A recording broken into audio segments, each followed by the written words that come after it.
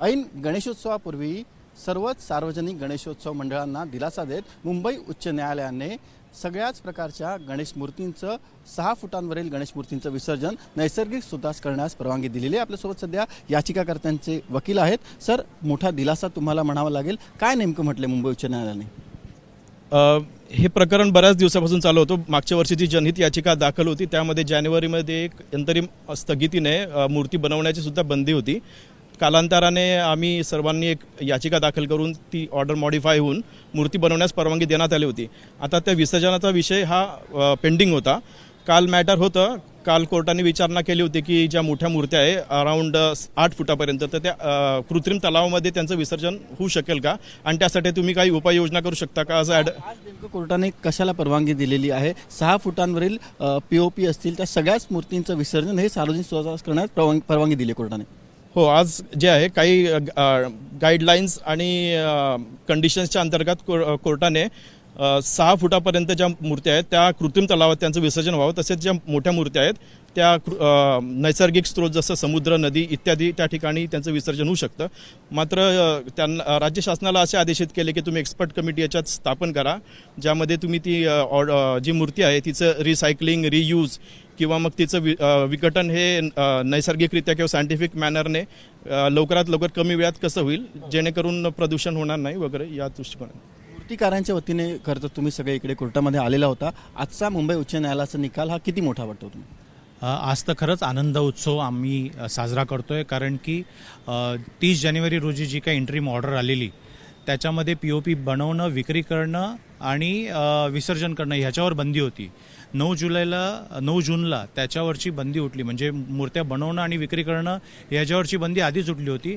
नैसर्गिक स्रोतासाठी हा लढा चालू होता आणि आज तो दिलासा मिळाला आहे आम्हाला की सार्वजनिक गणेशोत्सव मंडळांच्या मंडळांच्या नवरात्र उत्सव ज्या काही देवीच्या मूर्त्या आहेत त्या मागी गणेशोत्सवापर्यंत त्या नैसर्गिक स्रोतामध्ये विसर्जन होऊ शकतात आणि 6 फुटाच्या खालच्या ज्या मूर्त्या आहेत पीओपीच्या मूर्त्या ह्या फक्त कृत्रिमला देण्याचे आदेश उच्च न्यायालयाने दिलेले आहेत। 6 फुटांवरील मूर्त्यांचं विसर्जन हे कोर्टाने सार्वजनिक नैसर्गिक स्रोतास करण्यास अनुमती दिलेली आहे। मात्र याने असं वाटतं की आता सगळेच सार्वजनिक गणेशोत्सव मंडळ आहेत ते प्रत्येक जणच आपल्या मूर्तींची उंची जी आहे ती 6 फुटांपेक्षा जास्त आहे असं बघेल, कारण जेणेकरून त्यांना समुद्रात त्यांचं विसर्जन करता येऊ शकेल। बरोबर आहे। विसर्जनासाठी शक्यतो सगळ्यांना समुद्राच्या ठिकाणी जाण्यास जास्त करून आवडतं, त्याच्यामुळे सर्वच जण शक्यतो मोठ्या मूर्त्या करायला जाऊ शकतील। पण त्यामुळे त्या विसर्जनाच्या विषयाला आता ज्याकडे आता परवानगी दिली आहे त्यामुळे सरसकट सगळेजण तिथे विसर्जनाला जातील। पर्यावरणाच्या दृष्टीने खरं तर याचिका दाखल करण्यात आली होती, पीओपीचा मुद्दा होता। मात्र आता असा निर्णय आल्यामुळे मूर्तींची उंची आणखीन वाढत जाईल असं वाटतं का? नाही, उंचीवरती कुठेतरी निर्बंध येणारच आणि त्या पद्धतीने सर्वजण त्यामध्ये सहभाग देतील, मंडळ पण आणि कार्यकर्ते। सर, खरं तर हा अंतरिम दिलासा आहे यावर्षी आणि पुढच्या वर्षीच्या मागी गणेशोत्सवापर्यंत। आता यापुढे या प्रकरणात काय अपेक्षित आहे? सर्वप्रथम मी हे बोलू इच्छितो की आज माननीय उच्च न्यायालयाने जो निर्णय दिलेला आहे तो एकदम बॅलन्स्ड आहे।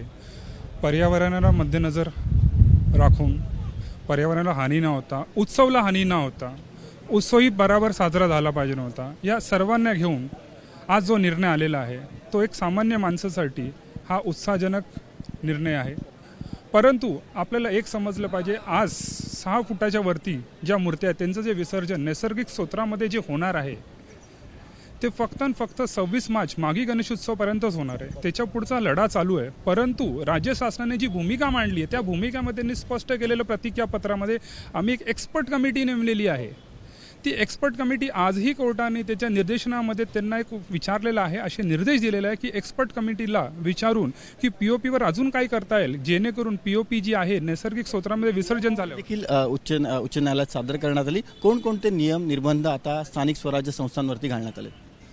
सध्या आज जे निर्णय आलेले आहेत, जे नियमावली आलेली आहे 26 मार्चपर्यंत, ह्या नियमावलीपर्यंत असं प्रकारे आपण बोलू शकतो ह्या ज्या नियमावली येते एका प्रकारे सध्या जैसे ते वैसे स्थिती एका प्रकारे ठेवण्यात येईल, टेक्निकली ठेवता नाही येणार। परंतु ह्याच्या पुढं जसं मी म्हटलेलं आहे की 26 मार्चपर्यंत ह्या नियमावलीवर शासनाने जो भूमिका मांडलेली आहे त्याच्यावर न्याय निर्णय जो झालेला आहे त्याच्यापर्यंतच आहे निर्णय। होते याचिकाकर्ते आणि त्यांचे वकील यावेळच्या गणेशोत्सवापर्यंत तसेच पुढच्या वर्षीच्या मागे गणेशोत्सवापर्यंत हा दिलासा कायम असेल आणि जी मूर्तिकारांची लढाई आहे ती यापुढे देखील त्यांना अशी चालू ठेवावी लागेल, कारण हा मुंबई उच्च न्यायालयाने दिलेला अंतरिम दिलासा आहे. व्हिडिओ जर्नलिस्ट मनोज जयस्वालसह सचिन गाड, एबीपी माझा, मुंबई. एबीपी माझा, उघडा डोळे बघा नीट.